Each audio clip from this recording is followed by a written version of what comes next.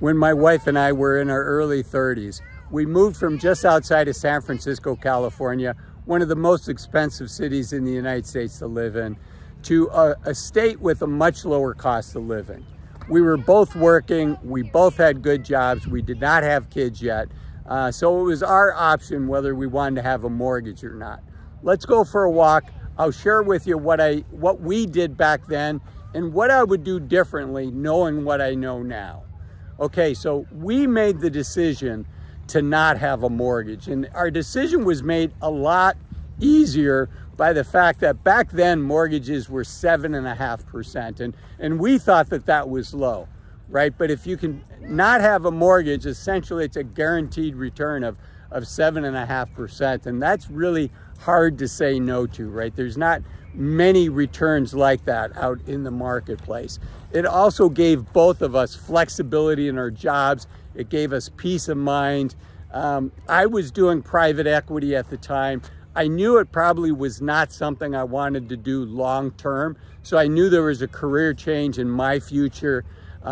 My wife was working in a derivative play of an online, the new hot startup .com companies, right? And she knew that that wasn't her long-term future either. So it gave us a lot of flexibility to not have that mortgage, to not have all of the responsibilities that comes with having a mortgage. But you know, now having been a fee-only financial advisor for 25 years, I have a different take on it, and interest rates are lower. So let's talk about it. You know, a question I get asked a lot is, hey, Azul, you know, should I pay off my mortgage? And of course, the answer is it depends. It depends on a lot of factors. But in essence, what I think makes sense for a lot of people, the decision is different for somebody that's 45 or 50 than somebody that's in their early 30s like I was. And here's why, right? You have the quantitative answer. And you know, back when it wasn't that long ago that mortgage rates were 2.5%. It's really hard to make the quantitative case, the numerical case, you know, what the numbers tell us, to pay off inexpensive money like that. That's the first thing that we have to admit. But still, there's the qualitative factors, right? There's the peace of mind. For a lot of us, it's just a huge weight lifted off of our shoulders. It gives you flexibility. It allows you to pursue careers that maybe you need to not make as much money for a period of time while you're learning a new skill.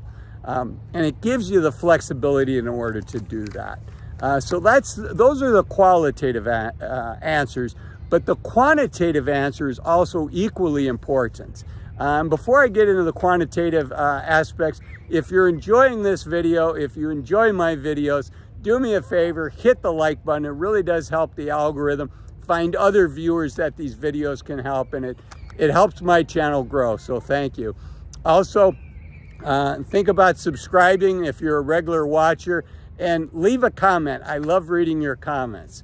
Okay, now let's jump into the quantitative factors, right? In today's world, as I record this, while, you know, a year and a half ago, 2 years ago, it was relatively easy to get a 3% mortgage. The world's different now. Interest rates have increased quite a bit. And now, you know, I think 6%, at least for the sake of argument for this video, I think that makes sense for us to look at, you know, a 6% mortgage. So, you know, if you're in the situation I was in a couple years ago, or a quarter of a century ago, I guess, if you're in your early 30s and you have a mortgage at 6%, you know, yes, you can make the argument that is a guaranteed return of 6%, and even in today's world, it's hard to find that, although 5%, right around 5% as I record this, is not that hard to find.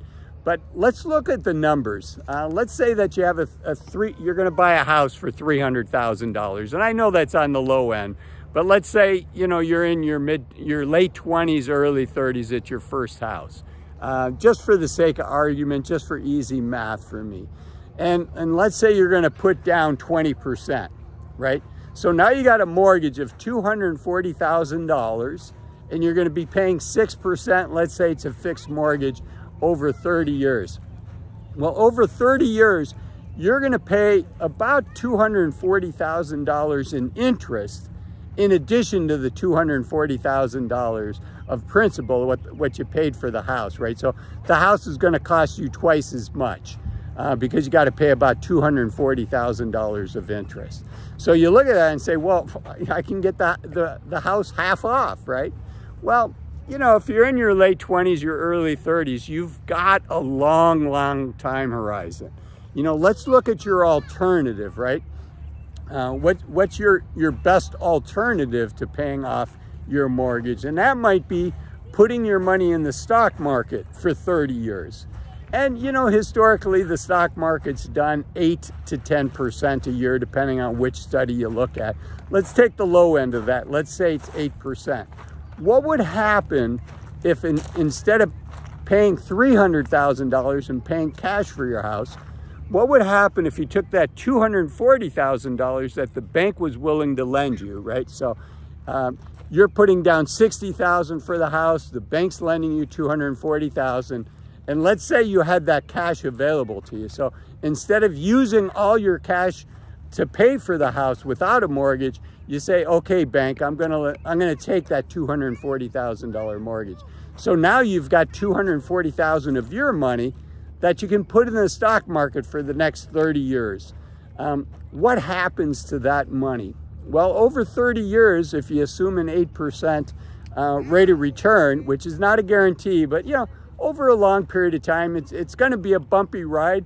There'll be years that you're really, really glad you're in the stock market, and there'll be years that you're really, really sad that you're in the stock market. But you know, if you average over that 30-year period 8%, you should end up with about 10 times your money. You should end up with about $2.4 million.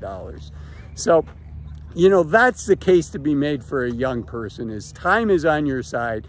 You can put your money in the stock market. Hopefully the market does over the next 30 years what it's done over the last 100 years, about 8% a year. And you'd probably be far, far better off. So if you're young, I think the answer to should you pay off your mortgage, should you pay cash for a house, I think the answer to that is, you know, that's a costly option. And a lot of people would be better off having the mortgage and staying invested in the stock market as opposed to taking all of that money out of the market. Now, so that's for people that are young. Now, I would say if you're in your mid 40s or 50, you know, there's a lot to be said for paying off that mortgage, for getting that peace of mind, for starting to get ready for retirement, for taking that pressure off of your shoulders. You know, maybe without the pressure of a mortgage, maybe that de-stresses your life enough that maybe you'd be willing to work an extra year or two, or not, right? I'm a big proponent of, you know, retiring as soon as, if it's what you want to do, retiring as soon as you're financially able to, as long as you're looking forward to retirement, as long as you have something to retire to. I'm a big proponent of that. But, you know, taking that pressure off of your shoulders can be a really valuable thing. And I think it's really helpful for people to be mortgage free as early in their 50s as possible, right? In your 50s, if you lose your job, it's a lot harder to find another job getting paid what you're getting paid now. So it just gives you a lot of flexibility and peace of mind. So for young people, I think it makes sense to look at keeping your mortgage. And for people as you're approaching 50, I think it makes sense to look at to look at starting to pay that mortgage down or pay it off. So I hope you enjoyed this video. If you did, I know you're going to enjoy this video over here where I talk about the average retiree income for the average American retiree, and this video down here where I talk about 5 reasons to retire as soon as you can. Thanks for watching. Bye-bye.